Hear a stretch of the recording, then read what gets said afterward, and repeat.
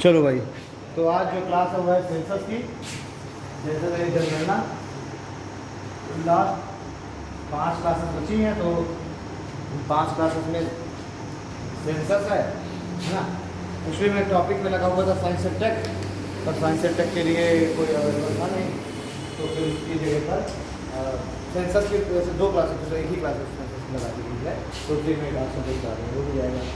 तो science and take की जगह फिर यूपी का एक और क्लास लगा दी गई है, और प्राइज एंड पर्सन की 2 क्लास लगा दी गई हैं। तो उसमें जितने भी प्राइजेज वगैरह होते हैं, है ना, वो सारी चीज़ें इसको मिले हैं, तो उस तरह की सारी चीज़ें इसमें कर दिया जाएगा। और एक क्लास है यूपी के हिस्टोरिकल जो भी बैकग्राउंड है एंड जियोग्राफिकल चीज़ें हैं उनसे रिलेटेड। तो मुझे लग रहा है मैंने जियोग्राफिकल चीज़ें थोड़ी सी की बताई थी कि इसका कैसे कंस्ट्रक्शन निर्माण हुआ है ना। सॉइल वगैरह की हमने बात कर ली थी कि उत्तर प्रदेश में कौन कौन से सॉइल मिल रहे हैं। उत्तर प्रदेश जो है पूरा का पूरा एलुवियल सॉइल से तो बना है। पूरा जो उत्तर प्रदेश है गंगा यमुना के दोआब का क्षेत्र है, पूरा का पूरा एलुवियल सॉइल से बना हुआ है, जलोढ़ मृदा से। और जलोढ़ मृदा में भी कुछ उसका बांगर वाला क्षेत्र है और कुछ खादर का है। जो गंगा के बेसिन के नज़दीक का होगा वो खादर है, बाकी क्या है बांगर का क्षेत्र है। ठीक है, तो उत्तर प्रदेश के जो बुंदेलखंड वाला रीजन मैंने बताया था, उसमें मैंने कहा था ओल्ड एलुवियल है वो, यानी बांगर है, और बांगर में भी वो रेत भूड़ और कल्लर का क्षेत्र है। बुंदेलखंड वाला क्यों? क्योंकि यहाँ पर बारिश कम होती है। ठीक भाई, भूड़ जो मृदा है वो तो तभी बनती है ना जब बारिश कम हो, है ना। बारिश कम हो, टेम्परेचर ज़्यादा हो, ये चीज़ मैं बता चुका हूँ कि जब वर्षा की मात्रा कम हो और टेम्परेचर ज़्यादा हो, तो वहीं पर क्या होती है, वहीं पर भूड़ मृदा का निर्माण होता है। ये बांगर मिट्टी ही भूड़ में कन्वर्ट हो जाती है, भूड़ रेत और कलर, है ना। तो जहाँ पर वर्षा कम हो और टेम्परेचर ज़्यादा हो वहाँ पर भूड़। जहाँ पर हम ज़्यादा आवश्यकता से अधिक हम सिंचाई कर देते हैं, इरिगेशन कर देते हैं, वहाँ पर कौन सी मृदा होती है, रेत और कलर। मतलब ज़्यादा पानी डालते हैं तो नीचे की जो चूने करते हैं वो सब घुल करके ऊपर आ जाता है चूना, और वही जब सॉइल में फैल जाता है पूरा एक लेयर के रूप में, वही होता है रेत और कलर। फिर बुंदेलखंड का क्षेत्र क्या है, ऐसा है भूड़, बुंदेलखंड का क्षेत्र भूड़ से ज़्यादा प्रभावित है। समझ ना, तो तुम अंतर समझो।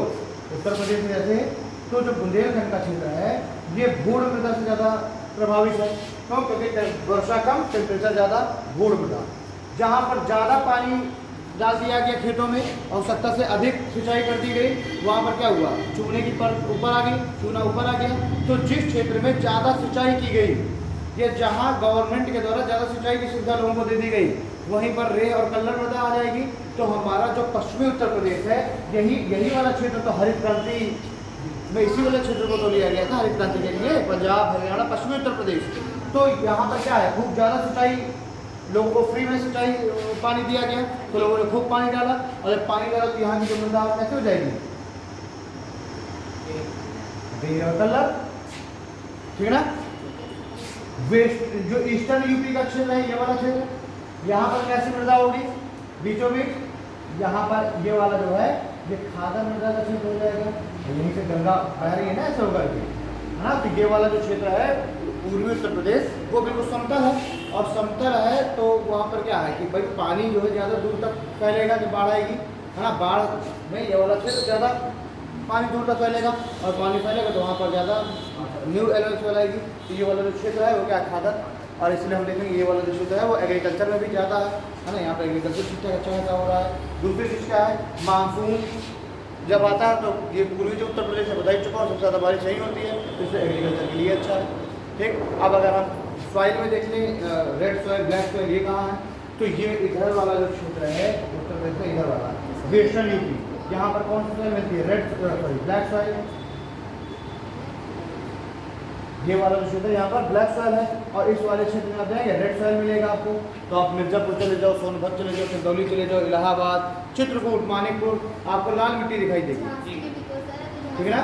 जबकि इधर वाला जो क्षेत्र है बुंदेलखंड का वेस्टर्न वाला, है ना, तो वेस्टर्न वाला जो बुंदेलखंड में आपको, सॉरी उत्तर प्रदेश में, वेस्टर्न उत्तर प्रदेश में आपको ब्लैक सॉइल मिलेगी।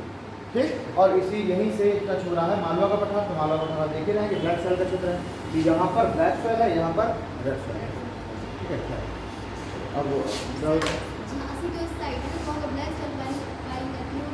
कहाँ पर, नहीं देखो झांसी ये वाला क्षेत्र इधर पर आया था। ठीक, देखो वेस्टर्न उत्तर प्रदेश को ये वाला क्षेत्र बोलेंगे, वेस्टर्न उत्तर प्रदेश, ठीक है, पश्चिमी झांसी और ललितपुर इधर पर आ जाता है। तो यहाँ पर अगर हम झांसी के हम वेस्टर्न साइड में जाएं इधर तरफ में, तो यहाँ पर थोड़ी थोड़ी आपको ब्लैक सॉइल मिलती है। बाकी इधर झांसी में आपको रेड सॉइल काफ़ी ज़्यादा मात्रा में मिलती है। रेड मिलती है वहाँ वही कह रहा हूँ ना कि इधर झांसी के इधर वाले हिस्से में आपको रेड वाली सॉइल मिलेगी, ललितपुर झांसी में। और इधर चले जाइए आप जहाँ भी पुराने साइड उधर ग्वालियर तरफ वाले चीज में, वहाँ पर ब्लैक सॉइल आ जाती है। चलो सेंसस देखते हैं, जनगणना, सेंसस यानी जनगणना।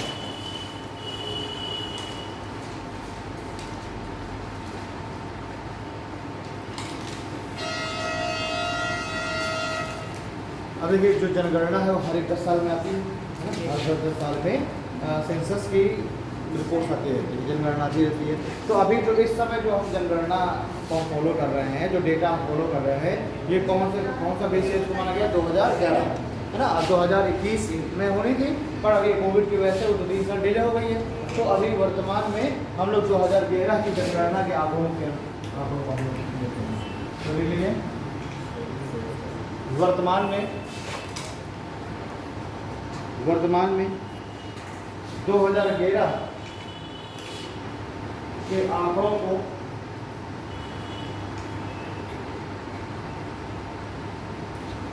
वर्तमान में 2011 के आंकड़ों को आधार बनाया गया है। वर्तमान में 2011 के आंकड़ों को आधार बनाया गया है। अब इसका वो क्या था, ध्येय वाक्य, हमारी जनगणना हमारा भविष्य। ठीक है, हमारी जनगणना हमारा भविष्य। तो लिख लीजिए 2011 की जनगणना का ध्येय वाक्य, 2011 की जनगणना का ध्येय वाक्य, हमारी जनगणना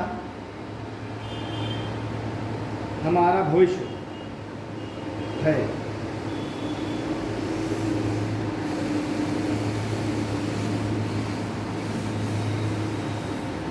हमारी जनगणना हमारा भविष्य है। अब अगर हम लोग इसके इतिहास में चले हैं ना, इसके हिस्टोरिकल बैकग्राउंड पे चलते हैं, तो सबसे पहली जनगणना कब कराई गई थी, 1872 में लॉर्ड मेयो के द्वारा कराई गई थी, तत्कालीन जनरल था लॉर्ड मेयो। और इस समय सबसे पहली बार पॉइंट आगे लिखी थी 1872 में सबसे पहली जनगणना 1872 में ब्रिटिश भारत में, सबसे पहली जनगणना 1872 में ब्रिटिश भारत में लॉर्ड मेयो के द्वारा कराई गई। सबसे पहली जनगणना ब्रिटिश भारत में 1872 में लॉर्ड मेयो द्वारा करवाई गई।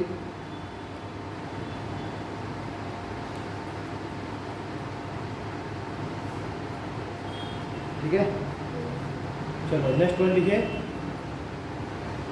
पहला पॉइंट 1881 में, नेक्स्ट पॉइंट लिखो, 1881 में लॉर्ड रिपन ने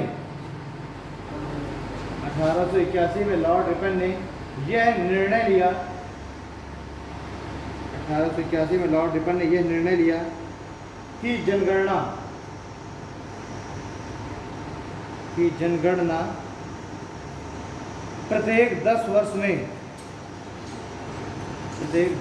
में नियमित रूप से कराई जाएगी।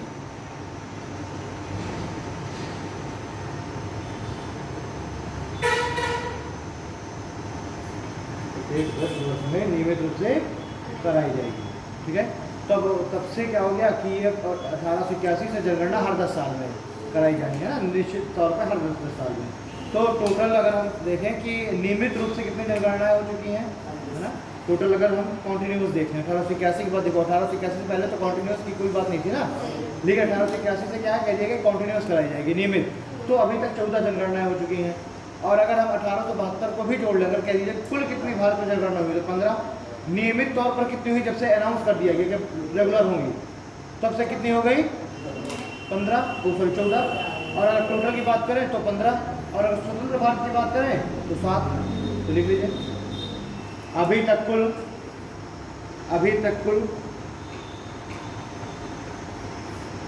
15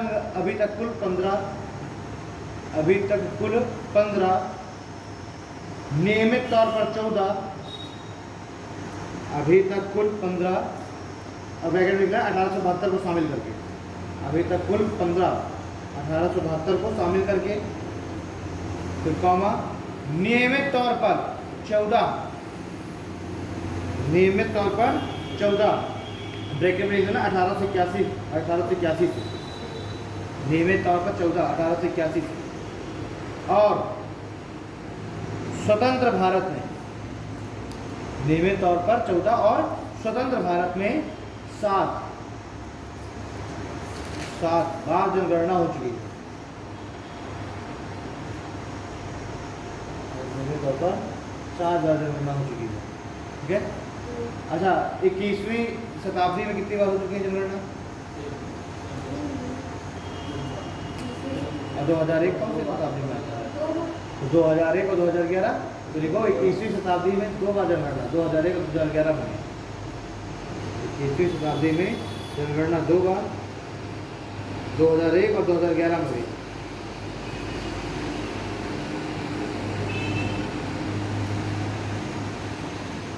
ठीक है। इसका अपना आगे का पॉइंट लिखिए, नेक्स्ट पॉइंट लिखिए। 2011 की जनगणना के अनुसार, 2011 की जनगणना के अनुसार भारत की जनसंख्या, 2011 की जनगणना के अनुसार भारत की जनसंख्या विश्व की कुल जनसंख्या का, भारत की जनसंख्या विश्व की कुल जनसंख्या का 17.5%, कुल जनसंख्या का 17.5%, ब्रैकेट लिखना 121.08 करोड़, 17.5%, 121.08 करोड़ है। ठीक है। नेक्स्ट पॉइंट लिखिए। भारत की जनगणना, भारत की जनगणना यूएसए प्लस करके लिखते हैं। भारत की जनगणना USA plus Indonesia plus Brazil plus Pakistan plus Bangladesh और प्लस जापान, मतलब 6 देशों की जनसंख्या कुल मिलाकर के 121.45 करोड़ है। और भारत की जनगणना कितनी है? 121.08, यानी कि 6 देशों की जनसंख्या को मिला करके भारत के अकेले की जनसंख्या है। हाँ, तो इन 6 देशों की जनसंख्या कितनी है? 121.45 करोड़। ठीक है। नेक्स्ट पॉइंट लिखिए। अगला पॉइंट लिखिए, भारत की जनसंख्या, भारत की जनसंख्या की वृद्धि दर, भारत की जनसंख्या की वृद्धि दर 2001 से 2011 में, भारत की जनसंख्या की वृद्धि दर 2001 से 2011 में 18.18 करोड़,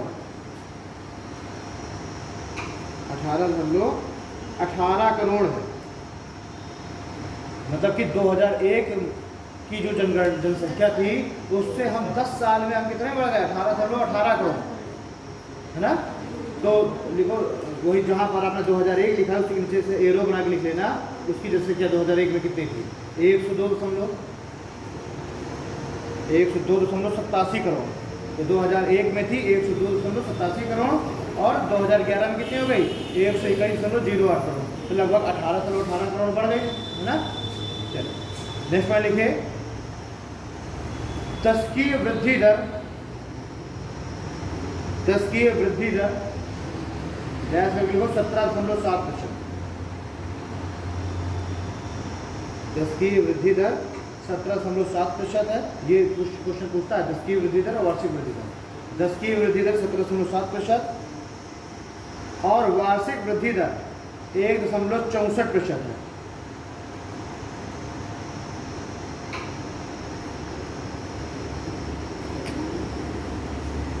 ठीक है। तो कहने का मतलब क्या है कि 2001 की जो जनसंख्या है, 2001 की जनसंख्या 102 करोड़ और उसकी 2011 की संख्या लगभग 121 करोड़, तो बढ़ तो गई लगभग 18 करोड़। लेकिन अगर हम बात करें कि इस 10 साल में कितने प्रतिशत बढ़ी है, तो 17.7% बढ़ी है। यानी भारत की 10 की वृद्धि दर रही, वो कितनी रही? अगर आपसे एग्जाम पूछ लिया जाएगा कि भारत की 10 की वृद्धि दर बताइए, तो कितने प्रतिशत है 10 की वृद्धि दर? 17.7%। और इस 17.7% है कितने करोड़? 18 करोड़, 18 करोड़। और अगर वार्षिक वृद्धि दर की बात करें कि 2001 से 2002, फिर 2002 से 2003, यानी हर साल में कितना प्रतिशत बढ़ रही थी? 1.64%। ठीक, तो ये पूछा जाता है 10 की वृद्धि दर भी पूछता है और वार्षिक वृद्धि दर भी पूछता है ना। कुल जनसंख्या नहीं पूछता कि कुल कितने जनसंख्या बढ़ गई, नहीं, परसेंटेज में पूछेगा। ठीक है, चलिए नेक्स्ट वन लिखिए। 2011 की जनगणना के अनुसार, 2011 की जनगणना के अनुसार 2011 की जनगणना के अनुसार कुल जनसंख्या का 2011 की जनगणना के अनुसार कुल जनसंख्या का 68.9%, कुल जनसंख्या के 68.9% जनसंख्या गांवों में निवास करती है। 2011 की जनगणना के अनुसार कुल जनसंख्या का 68.9% जनसंख्या गांवों में निवास करती है।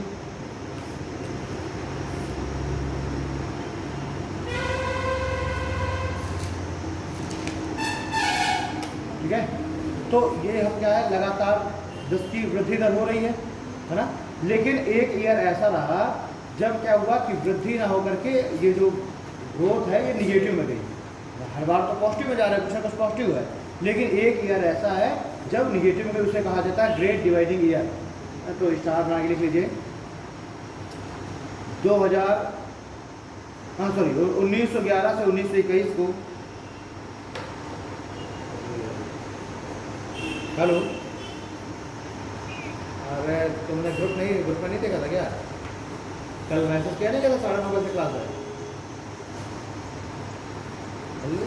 तुम ग्रुप में नहीं चेक करते क्या तुम लोग? अच्छा, वो मैसेज किया गया था ना 9:30 बजे से क्लास। अच्छा, तो वहाँ कोई होगा नहीं। देखो ये जो पहला वाला ऑफिस है खुला है क्या? अच्छा, एक मिनट रुको।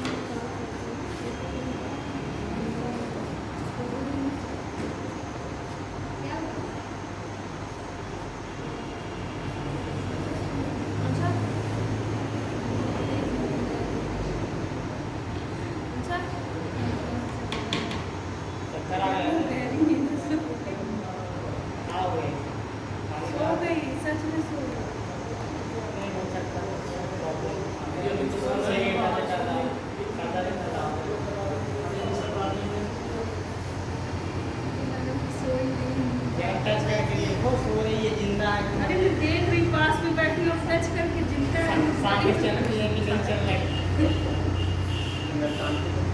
अरे हम नहीं मिलता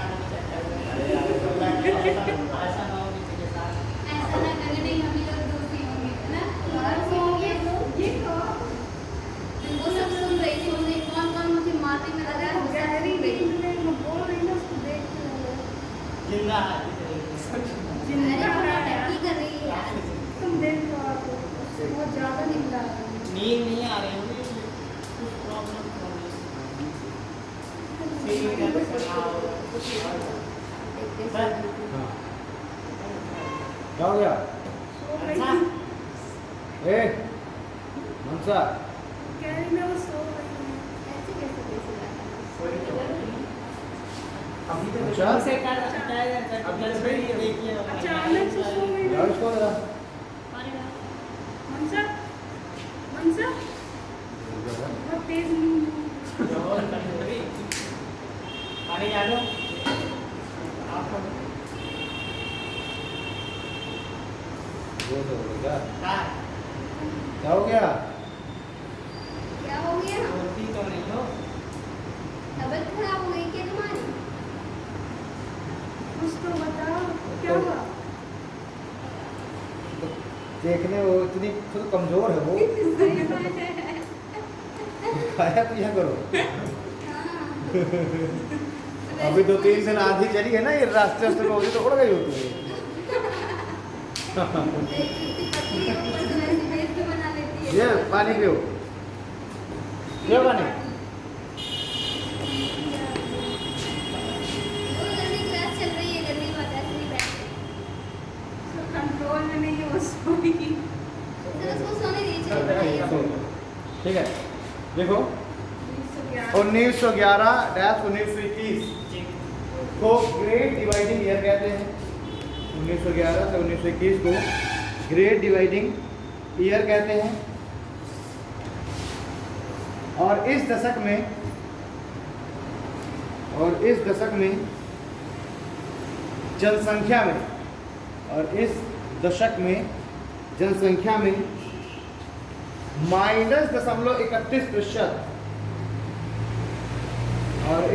में जनसंख्या में 0.31% की कमी हुई है। -31%। माइनस नहीं सर, उसको माइनस ना लिखो ना करो, सीधे लिख लो कि उसमें मतलब जनसंख्या बढ़ी नहीं। जितनी जनसंख्या थी 1911 में, जब 1921 में जब जनसंख्या जब काउंट की गई, जब जनगणना की रिपोर्ट आई, तो उससे 0.31% से कम हो चुकी थी। इसका लिख सकते हैं कि हाँ? हाँ हाँ, वही चीज़ है ना, यही तो मैं कह रहा हूँ कि -0.31% वृद्धि हुई है ना। या तो फिर लिख लो सीधे कि 0.31% की कमी हुई, माइनस ना लगाओ ना, वो अपने हिसाब से लिखना हो। तो इसमें 1911 से 1921 में जनसंख्या में -0.31% की वृद्धि हुई। अरे तो फिर अगर आप तो फिर वो अतिशयोक्ति ना हो जाएगा। माइनस भी लगाएंगे और कमी भी लिखेंगे तो माइनस ना लगाओ। हाँ तो बस ठीक है, 0.31% की कमी हुई। ठीक है, नेक्स्ट हटा लीजिए। देखो 1961 से 71, 1961-1971 में 1961-1971 के दशक में जनसंख्या में सर्वाधिक वृद्धि 24.80% की हुई।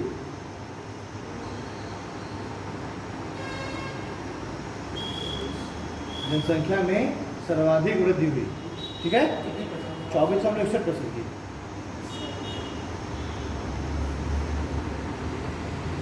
तो सबसे कम जनसंख्या में वृद्धि कब है? 1911 से 21 में। सबसे ज़्यादा वृद्धि 1961 से 71 में। तो ये दो आपको दशक याद रखने हैं। तो एक 1911 से 21 वाला दशक सबसे कम, और इसमें सबसे ज़्यादा 1961 से 70 में। ठीक है, नेक्स्ट पॉइंट लिखो जरा, नोट डाल के चाहे लिख लो। देखो जनगणना संघ सूची का विषय है। जनगणना संघ सूची का विषय है। और आर्टिकल 246 में वर्णित है।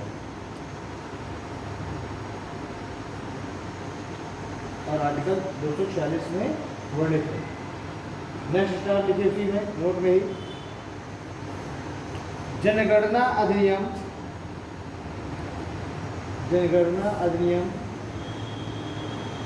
1948 में पारित किया गया।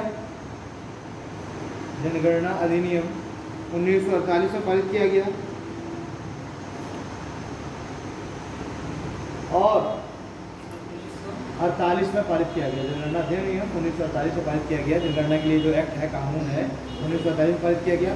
और 1961 में से इसे 1961 से इसे गृह मंत्रालय के अधीन कर दिया गया। और 1961 से इसे गृह मंत्रालय के अधीन कर दिया गया।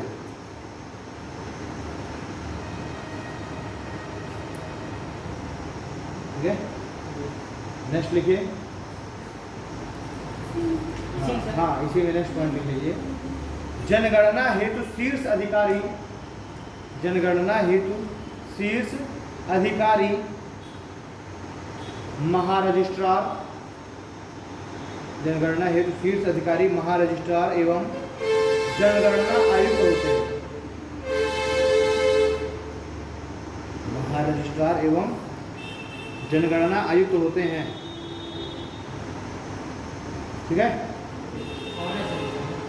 महारजिस्ट्रार और जनगणना आयुक्त। इसमें कौन सा यार ये समय का लग रहा है, ये मैंने इतना बताया। ठीक है, जनगणना आयुक्त देख लेते हैं। सेंसस कमिश्नर,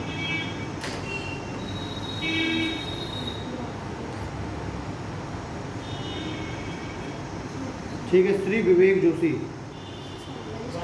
देख लो। हाँ, ये वर्तमान में जनगणना आयुक्त श्री विवेक जोशी हैं, श्री विवेक जोशी हैं। ठीक है, दूसरा पॉइंट लिख लीजिएगा।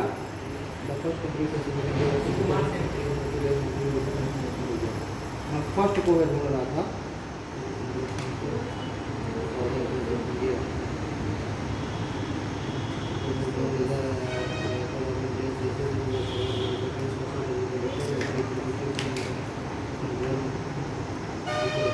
Father of census Henry Walter को इसमें लिखा हुआ, जबकि वो तो जो है उसको बोलते हैं रिटर्न।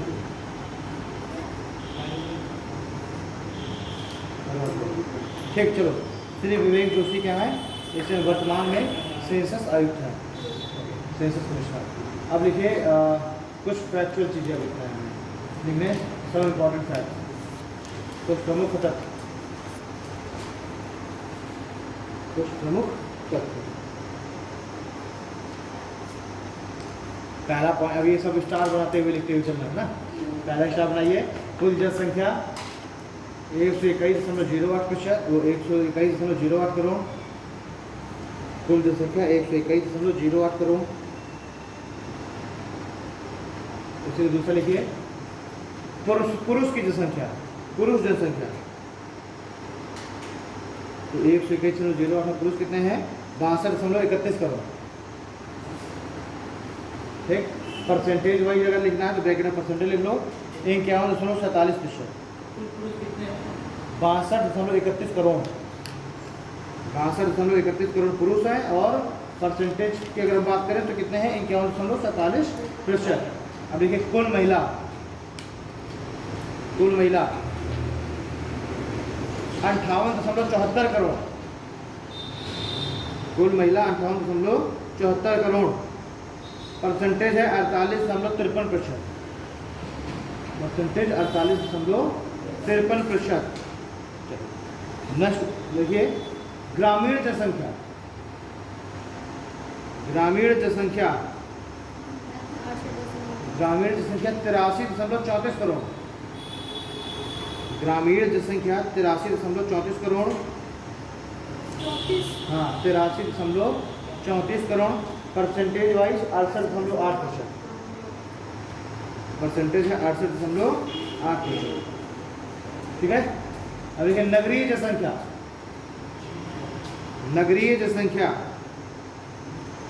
37.71 करोड़, नगरीय जनसंख्या 37.71 करोड़, यानी नगर में रहने वाले लोग, और परसेंटेज वाइज लिखिए 31.2%, 31.2%।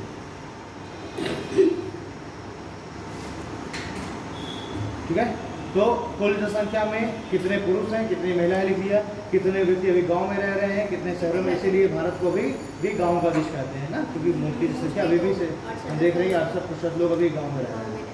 ओके, नेक्स्ट स्टार लिखिए, 10 की वृद्धि दर 17.7%, 10 की वृद्धि दर 17.7%। फिर नीचे लिखिएगा 10 की वृद्धि नगर, 10 की,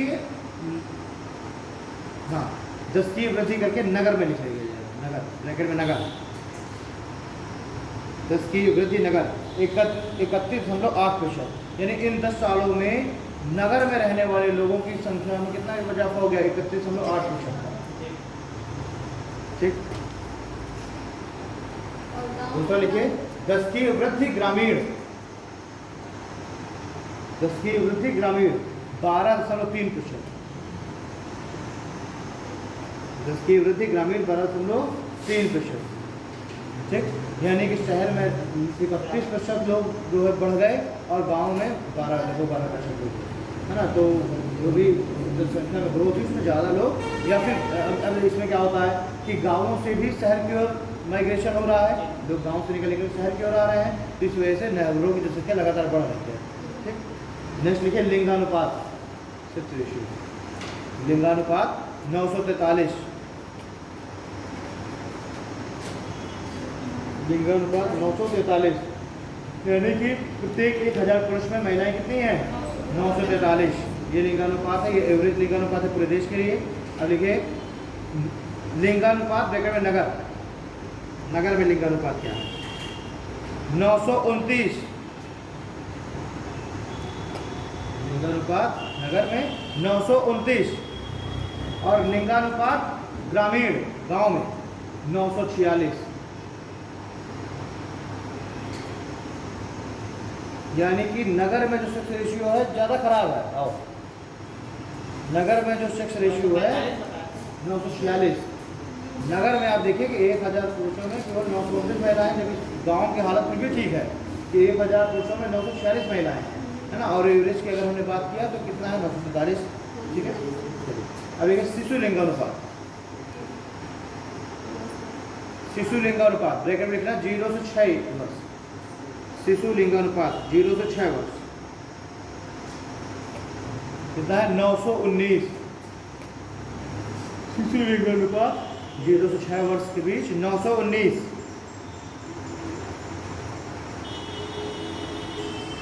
ठीक है। तो यानी कि 1000 जो 919 0 से 6 919 है, 0 से 6 है। ठीक है। तो यानी कि 1000 बच्चों में 0 से 6 के बीच में बच्चे कितने हैं? केवल 919। ठीक है। नेक्स्ट लिखिए साक्षरता, साक्षरता दर 73%। कुल जनसंख्या में से 73% लोग साक्षर है ना। अब इसे लिखिए साक्षरता ब्रैकेट में पुरुष, कुल तो 73% लोग साक्षर हैं, लेकिन पुरुष कितने हैं? 80.9%। साक्षरता दर 80.9% पुरुष की। और महिला की लोगों 64.3%। महिला 64.3%। इसी तरीके से हम ग्रामीण और शहर में नहीं कहते हैं। पहले का ना गेरा के अनुसार बता रहे हैं। और क्या 2011 की तो बताएंगे भाई, नई अभी आई नहीं और पुरानी हम बता के क्या करेंगे? तो 2011 का डेटा जो लगातार 10-12 साल से बच्चे पढ़ते चले आ रहे हैं भाई, इसमें जब तक 2021 वाली नहीं आएगी डेटा तो कोई संशोधन नहीं होगा। तो वही है जो 10-12 साल से लोग पढ़ते चले आ रहे हैं, वही हम लोग अभी पढ़ रहे हैं। ठीक है। और अभी भी इस साल एग्जाम जब तक नहीं डेटा आया रहा तो यही वाले डेटा सब पूछे जाएंगे। ठीक है। ओके, तो पुरुष का साक्षरता दर हमने देख लिया, महिला का साक्षरता दर देख लिया। अब लिखिए साक्षरता दर नगर, साक्षरता दर नगर 84.1%। साक्षरता दर नगर 84.1% और साक्षरता दर ग्रामीण, साक्षरता दर ग्रामीण 67.8%। 67.8%। ठीक है। अगला लिखिए जनसंख्या घनत्व, पॉपुलेशन डेंसिटी, जनसंख्या घनत्व। जनसंख्या घनत्व कितना है? 382 व्यक्ति प्रति किलोमीटर स्क्वायर। जनसंख्या घनत्व 382 व्यक्ति प्रति किलोमीटर स्क्वायर, यानी कि 1 किलोमीटर स्क्वायर में कितना व्यक्ति रह रहा है? 382। ठीक है। अगले लिखिए कुल शेड्यूल्ड कास्ट जनसंख्या, कुल अनुसूचित जाति जनसंख्या। और कुल जनसंख्या में अनुसूचित जाति की जनसंख्या कितनी है? कुल शेड्यूल कास्ट जनसंख्या 20.13 करोड़। 20.13 करोड़, ब्रैकेट में लिखना है 16.6%। 20.13 करोड़, 20 ठीक है, 20.13 करोड़, परसेंटेज वाइज है 16.6%, यानी कुल जनसंख्या में 16.6% शेड्यूल कास्ट। अगर लिखे कुल अनुसूचित जनजाति जनसंख्या, कुल अनुसूचित जनजाति जनसंख्या शेड्यूल ट्राइब पॉपुलेशन कितनी है? 10.42 करोड़, 10.42 करोड़, परसेंटेज वाइज है 8.6%।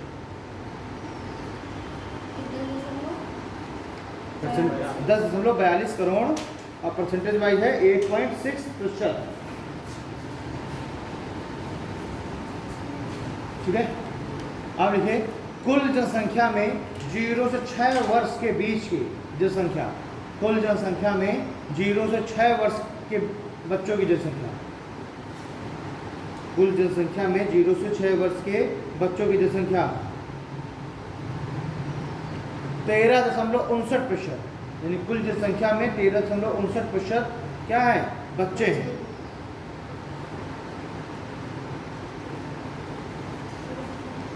ठीक है, तो कुल जनसंख्या में 13.59% तो बच्चे हो गए 0 से 6 वर्ष के बीच के। अब लिखे जनसंख्या राज्यवार, अब स्टेट वाइज लिख लेते हैं डेटा।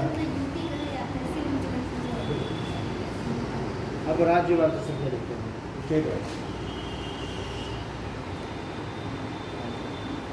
ठीक है, सबसे पहले लिखते हैं हम जनसंख्या को, लिखते हैं कि अधिकतम न्यूनतम कहाँ है। तो पहला डालिए जनसंख्या, कुल जनसंख्या, कुल जनसंख्या। ठीक है, और इस तरह से अब लिखिएगा जैसे कि कुल जनसंख्या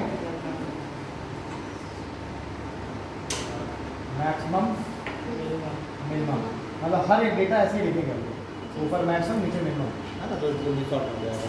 तो पहले हम जनसंख्या वाइज देख रहे हैं, कुल जनसंख्या वाइज पहले देखें, तो कुल जनसंख्या और ऐसे ही एरो बनाइए, ऊपर मैक्सिमम नीचे मिनिमम। मैक्सिमम में लिखे यूपी, सुनने यूपी, यूपी के बाद महाराष्ट्र, यानी सबसे ज़्यादा कौन है? यूपी है, फिर है महाराष्ट्र ना, यूपी, महाराष्ट्र, बिहार, यूपी, महाराष्ट्र, बिहार, फिर वेस्ट बंगाल ना। तो 3 मुझे अगर टॉप 3 हम लोग लिखें, ज़्यादा लिखने की जरूरत नहीं है, तो यूपी, महाराष्ट्र, बिहार बस टॉप 3 के लिख के चलते हैं। यूपी, महाराष्ट्र, बिहार मैक्सिमम में हो गए। मिनिमम में लिखिए सिक्किम, फिर मिजोरम और फिर है अरुणाचल प्रदेश। सिक्किम, मिजोरम और अरुणाचल प्रदेश। तो देखो इसको भी ऐसे ना लिख लेना, ये ऐसे होगा ना, सिक्किम में सबसे कम है, ये इस तरह बनेगा। फिर भाई ये तो सबसे ज़्यादा है ना, तो इसलिए ये जो है यूपी, भाई महाराष्ट्र, बिहार, तो बिहार से ज़्यादा महाराष्ट्र, महाराष्ट्र से ज़्यादा यूपी, तो सबसे ज़्यादा यूपी हो गया। लेकिन यहाँ पर तो हम लोग सबसे नीचे से अब लिख रहे हैं ना, तो सबसे कम जनसंख्या किसकी? सिक्किम की।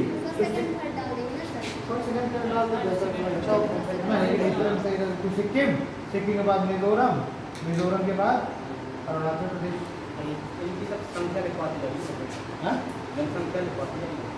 जनसंख्या क्या करना है जी? जनसंख्या थोड़ा पूछा था अरुणाचल प्रदेश में कितनी है, केवल आप केवल स्टेट पूछेगा। अभी जब हम उत्तर प्रदेश देखेंगे तो उसमें पूछेगा जनसंख्या। ठीक है, आपसे अरुणाचल प्रदेश की जनसंख्या पूछ के क्या करेगा? हाँ ठीक है ना, वो स्टेट है ऐसा तो छोटा। ठीक है, अब देखिए यूनियन जनसंख्या, यूनियन टेरिटरी, और ये तो कुल जनसंख्या हो गई स्टेट की, राज्य की, है ना। अब कुल जनसंख्या यूनियन टेरिटरी, यूटी, ये कुल जनसंख्या स्टेट वाइज था, अब कुल जनसंख्या यूनियन टेरिटरी वाइज। अब फिर वैसे ही मैक्सिमम और मिनिमम, फिर मैक्सिमम मिनिमम बनाइए जरा।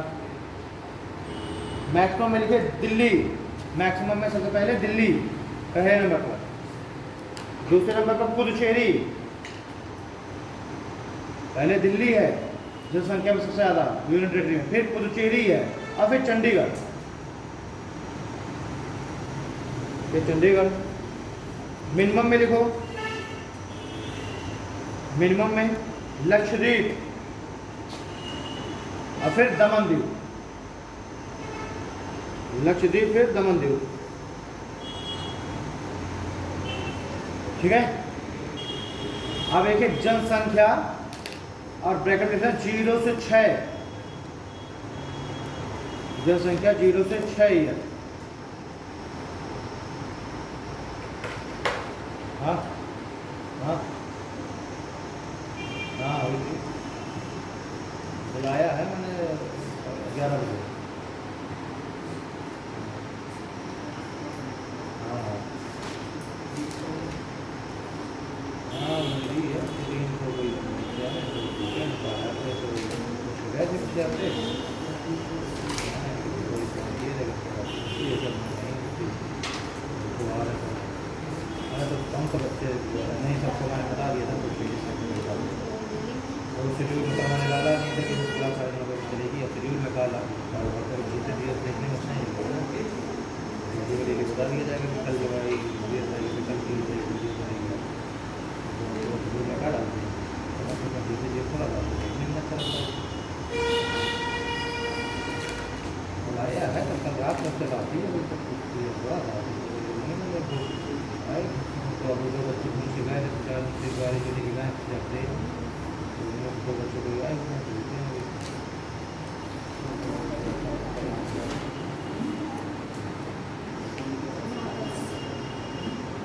ठीक। तो जनसंख्या 0 से 6 ईयर, और वैसे लिखे मैक्सिमम और मिनिमम में। मैक्सिमम में उत्तर प्रदेश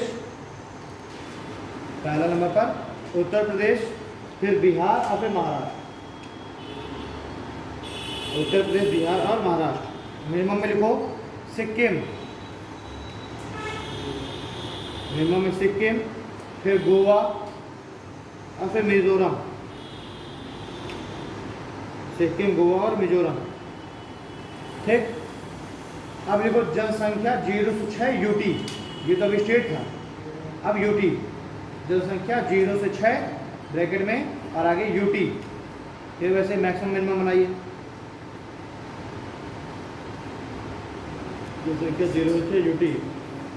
मैक्सिमम में दिल्ली, पुदुचेरी, चंडीगढ़, सेम वही है बिल्कुल, दिल्ली, पुदुचेरी, चंडीगढ़। मिनिमम में लक्षद्वीप और दमन दीव, बिल्कुल सेम वही। ठीक है, लक्षद्वीप और दमन दीव। अब देखो 10 की वृद्धि राज्यवार, 10 की वृद्धि स्टेट वाइज, 10 की वृद्धि स्टेट वाइज। वैसे मैक्सिमम मिनिमम बनाइए।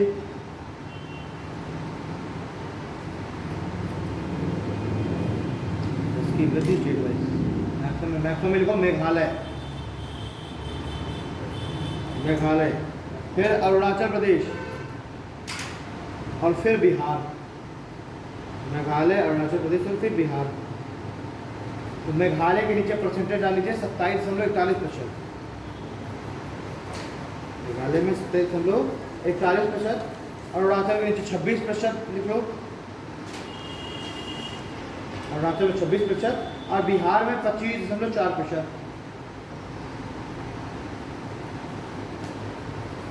ठीक। अब मिनिमम में लिखिए नागालैंड, फिर केरल, पहले नागालैंड, फिर केरल, फिर गोवा। तो नागालैंड के नीचे लिख लो -0.6%, नागालैंड की घट गई, -0.6%। केरल में लिखो 4.9%, नागालैंड में -0.6%, केरल में 4.9% और गोवा में 8.21%, 8.21%। ठीक है। अब ये देखो कि ये तो स्वाभाविक सी बात है कि 10 की वृद्धि दर अगर हम नंबर में देखें तो सबसे ज़्यादा उत्तर प्रदेश की होगी, स्वाभाविक सी बात है, सबसे बड़ी जनसंख्या तो सबसे ज़्यादा 10 की वृद्धि होगी। लेकिन अगर हम परसेंटेज वाइज देखें तो परसेंटेज वाइज में हम देख रहे हैं कि मेघालय और अरुणाचल प्रदेश आगे आ गए, क्योंकि उनकी ऑलरेडी जनसंख्या कम है। जब जनसंख्या कम है तो परसेंटेज में वो आगे गए, और बाहर उत्तर प्रदेश की संख्या ऑलरेडी 22-23 करोड़ है। तो देखने में तो वो जो 10 साल में तो 2-2.5 करोड़ बढ़ गए, 2-2.5 करोड़ 3 करोड़ बढ़ गए, लेकिन परसेंटेज इतना ज़्यादा नहीं बढ़ा। समझ रहे हैं ना। तो ये परसेंटेज वाइज सबसे ज़्यादा मेघालय के परसेंटेज बढ़ी। ठीक है, अब ऐसे लिखे 10 की वृद्धि यूनियन टेरिटरी, 10 की वृद्धि यूनियन टेरिटरी। देखो मैक्सिमम और मिनिमम, मैक्सिमम और मिनिमम। मैक्सिमम में दादरा नगर हवेली, 10 की वृद्धि यूनियन टेरिटरी वाइज हमें लिखना है, संस्था से क्षेत्र वाइज। मैक्सिमम में दादरा नगर हवेली। दूसरा दमन दीव, अब तो खैर दोनों एक साथ मिला दिए गए हैं, दादरा नगर हवेली, दमन दीव और पुडुचेरी, उस समय तो नहीं थी ना एक साथ, तो दादरा नगर हवेली, दमन दीव और पुडुचेरी। और मिनिमम में लोगों लक्षद्वीप, मिनिमम में लक्षद्वीप, अंडमान निकोबार और चंडीगढ़।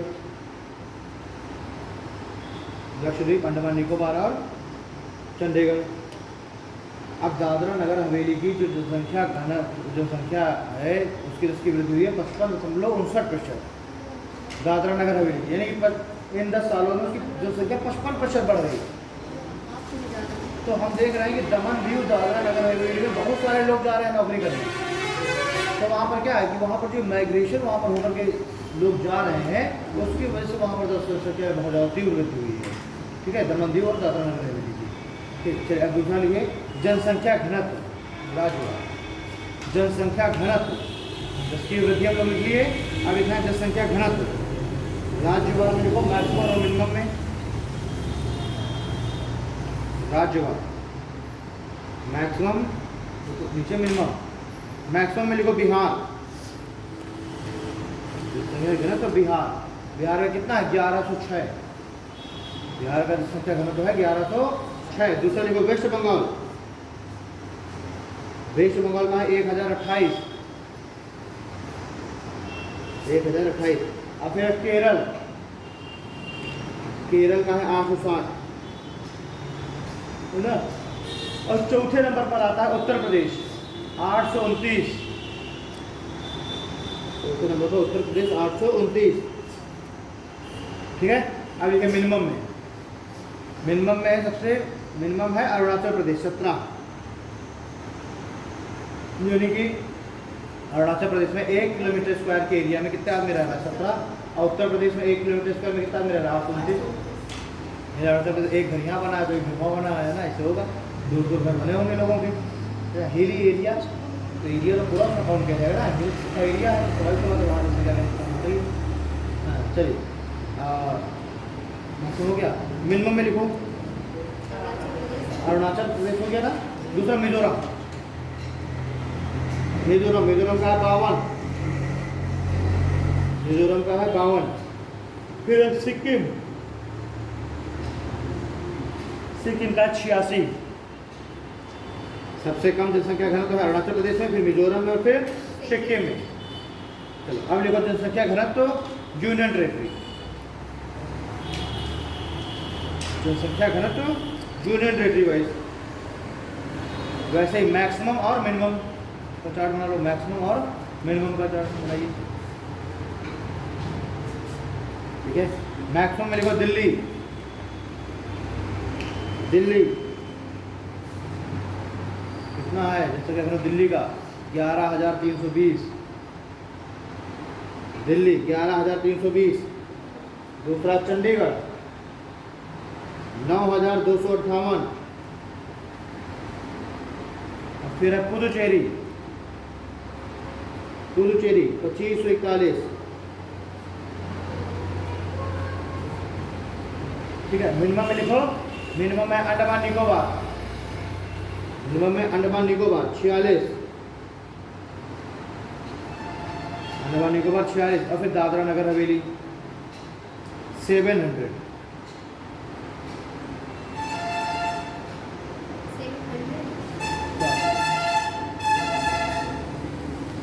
ठीक, तो अंडमान निकोबार का जनसंख्या घनत्व सबसे कम है 46। दिल्ली का देखिए क्या बनता है, तो जनसंख्या घनत्व भाई एक बिल्डिंग का एरिया इतना, उसकी बिल्डिंग में कितने फ्लैट बने हुए हैं, और हर फ्लैट में लोग रह रहे हैं 25-30 फ्लोर, 30 फ्लोर, तो जनसंख्या घनत्व तो इस तरह बढ़ेगा ना कि कम से कम एरिया में ज़्यादा लोग रह रहे हैं। उत्तर प्रदेश में क्या है कि प्रत्येक व्यक्ति का अपना अलग अलग घर है, तो उतने बड़े एरिया में 4 ही आदमी रह रहा है।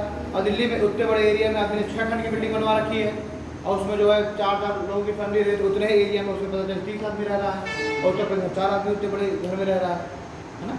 और अरुणाचल प्रदेश में कहा है कि एक घर यहाँ बना तो एक घर दूसरी जगह बना है, इस तरीके से है। तो इस तरीके से कहने का काम है, यानी कि 1 किलोमीटर स्क्वायर एरिया में रहने वाले कुल लोग, ठीक है। नेक्स्ट लिखिए साक्षरता दर राज्यवार।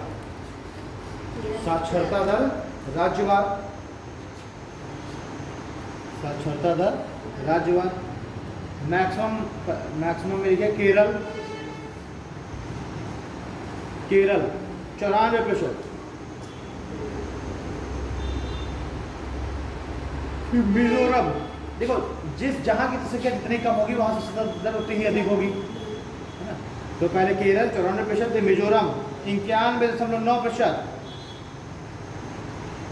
और फिर गोवा 88%, गोवा 88%। अब आओ मिनिमम में किसकी सबसे कम है? बिहार, देखो बिहार 61.8%, 61.8%। फिर अरुणाचल प्रदेश, अरुणाचल 65.4%, और फिर राजस्थान 66%। हाँ, फिर राजस्थान 66%, ठीक। साक्षरता यूनिट टेरिटरी,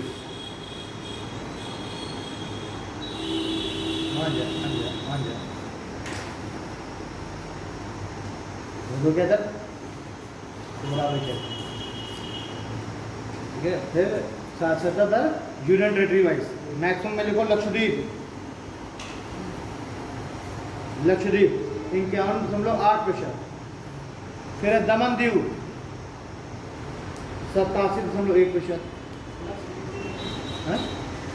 91.8%, 51 को दिया गया मैंने, अरे 91.8%, 91.8%। और फिर दमन दीव 87.1%। देखो मिनिमम में दादरा नगर हवेली,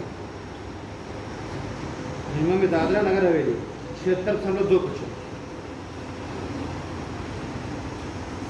दादरा नगर हवेली 76.2%। अब देखो लिंगानुपात, लिंगानुपात लिखे राज्यवार, लिंगानुपात राज्यवार। मैक्सिमम में लिखो केरल,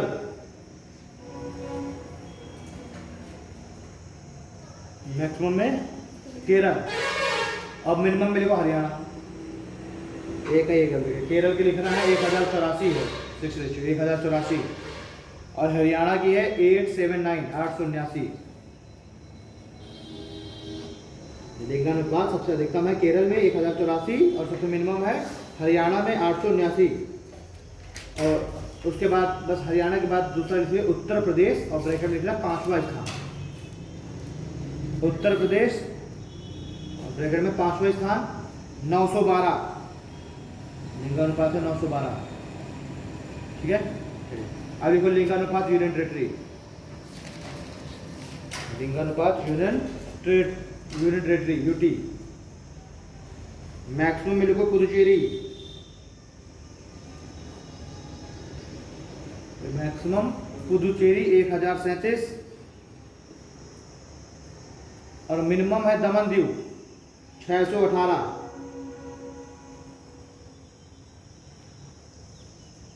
ठीक है।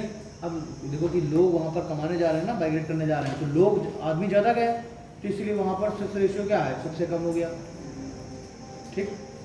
अब देखो लिंगानुपात 0 से 6 वर्ष, लिंगानुपात 0 से 6 वर्ष, या फिर शिशु लिंगानुपात लिख सकते हैं उसे, लिंगानुपात 0 से 6 वर्ष, तो शिशु लिंगानुपात। मैक्सिमम में लिखो Arunachal Pradesh, maximum Arunachal Pradesh 972, maximum Arunachal Pradesh 972। Minimum में लिखो हरियाणा, मिनिमम में है हरियाणा 834, मैक्सिमम में अरुणाचल प्रदेश 972 और मिनिमम में हरियाणा 834। अब देखो शिशु लिंगानुपात यूटी, शिशु लिंगानुपात यूटी। मैक्सिमम में लिखो अंडमान निकोबार 968, मैक्सिमम में अंडमान निकोबार 968 और मिनिमम में है दिल्ली 871।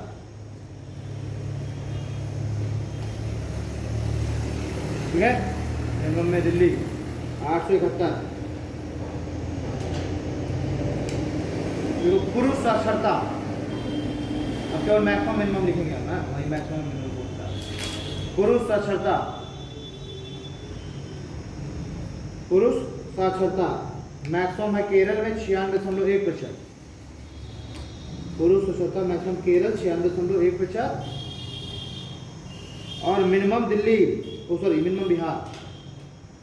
पुरुष साक्षरता मैक्सिमम केरल 96.1% और मिनिमम बिहार 71.2%।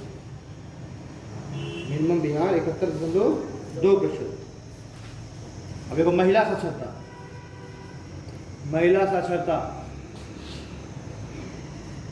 सेम वही हो जाएगा, जहाँ ज़्यादा जनसंख्या मैक्सिमम साक्षरता, मतलब जहाँ ज़्यादा थी कुल साक्षरता जहाँ थी उसी हिसाब से महिलाओं की साक्षरता होगी। यानी केरल है नंबर, केरल है मैक्सिमम में 92.1% और मिनिमम में हो जाएगा बिहार 51.5%। ठीक है, तो मैक्सिमम में केरल 92.1% और मिनिमम में बिहार 51.5%। ठीक है, अब देखो नगरीय जनसंख्या, नगरीय जनसंख्या मैक्सिमम लिखिए महाराष्ट्र, नगरीय जनसंख्या में मैक्सिमम में महाराष्ट्र, फिर दूसरे नंबर पर उत्तर प्रदेश, महाराष्ट्र उत्तर प्रदेश तमिलनाडु, महाराष्ट्र उत्तर प्रदेश तमिलनाडु और चौथे नंबर पर आ जाएगा वेस्ट बंगाल। ठीक है, मिनिमम में लिखिए, मिनिमम में सिक्किम, फिर अरुणाचल प्रदेश, सिक्किम और अरुणाचल प्रदेश नगरीय जनसंख्या हो गई। ठीक है, अब लिखिए नगरीय जनसंख्या परसेंटेज वाइज, ये तो कुल जनसंख्या की बात थी। लिखिए नगरीय जनसंख्या प्रतिशत के आधार पर। तो गोवा में मैक्सिमम, मैक्सिमम गोवा 62.2%। नगरीय जनसंख्या प्रतिशत के आधार पर मैक्सिमम गोवा 62.2%, यानी गोवा के कुल जनसंख्या का 62.2% व्यक्ति कहाँ रहता है? शहर में रहता है। अब मिनिमम में लिखिए हिमाचल प्रदेश, मिनिमम हिमाचल प्रदेश 10%। हिमाचल प्रदेश में उसकी कुल जनसंख्या का केवल 10% आदमी रहता है शहर में। ठीक है, गोवा में 62.2%, गोवा में 62.2%, हिमाचल प्रदेश में 10%। अब लिखिए शेड्यूल कास्ट जनसंख्या, शेड्यूल कास्ट की संख्या राज्यवार लिखना है, किस राज्य में कितना शेड्यूल कास्ट है। शेड्यूल कास्ट जनसंख्या राज्यवार मैक्सिमम उत्तर प्रदेश, मैक्सिमम में उत्तर प्रदेश, दूसरे नंबर पर वेस्ट बंगाल और तीसरे नंबर बिहार, यूपी, वेस्ट बंगाल और बिहार। ठीक है, और मिनिमम में लिखो मिजोरम और दूसरा मेघालय, तीसरा गोवा, मिजोरम मेघालय गोवा। नोट डाल के लिखिए, नोट डाल के लिखो नागालैंड, नागालैंड, लक्षद्वीप, अंडमान निकोबार, नागालैंड, लक्षद्वीप, अंडमान निकोबार में शेड्यूल कास्ट नहीं है। नागालैंड, लक्षद्वीप और अंडमान निकोबार में शेड्यूल कास्ट नहीं है। ठीक है, अब लिखो schedule caste union territory wise सबसे ज़्यादा है दिल्ली में, शेड्यूल कास्ट यूनियन टेरिटरी में सबसे ज़्यादा है दिल्ली में। ठीक है, और सबसे कम हो जाएगा लक्षद्वीप में। तो संख्या सबसे कम है। ठीक, अब लिखो शेड्यूल ट्राइब। शेड्यूल कास्ट हो गया, अब लिखिए schedule tribes. Schedule tribes maximum कहाँ? मध्य प्रदेश में। मैक्सिमम मध्य प्रदेश, फिर दूसरे नंबर पर महाराष्ट्र, तीसरे नंबर पर Orissa. Schedule tribe maximum Madhya Pradesh, Maharashtra और उड़ीसा। और मिनिमम में हो जाएगा हरियाणा, मिनिमम हरियाणा, फिर Punjab. Schedule tribe minimum Haryana, दूसरे नंबर पर पंजाब और तीसरे नंबर पर गोवा। नोट डाल के लिखो, नोट डाल के लिखिए पंजाब, पंजाब, हरियाणा, दिल्ली, चंडीगढ़ और पुदुचेरी। चंडीगढ़ और पुदुचेरी में शेड्यूल ट्राइब नहीं है।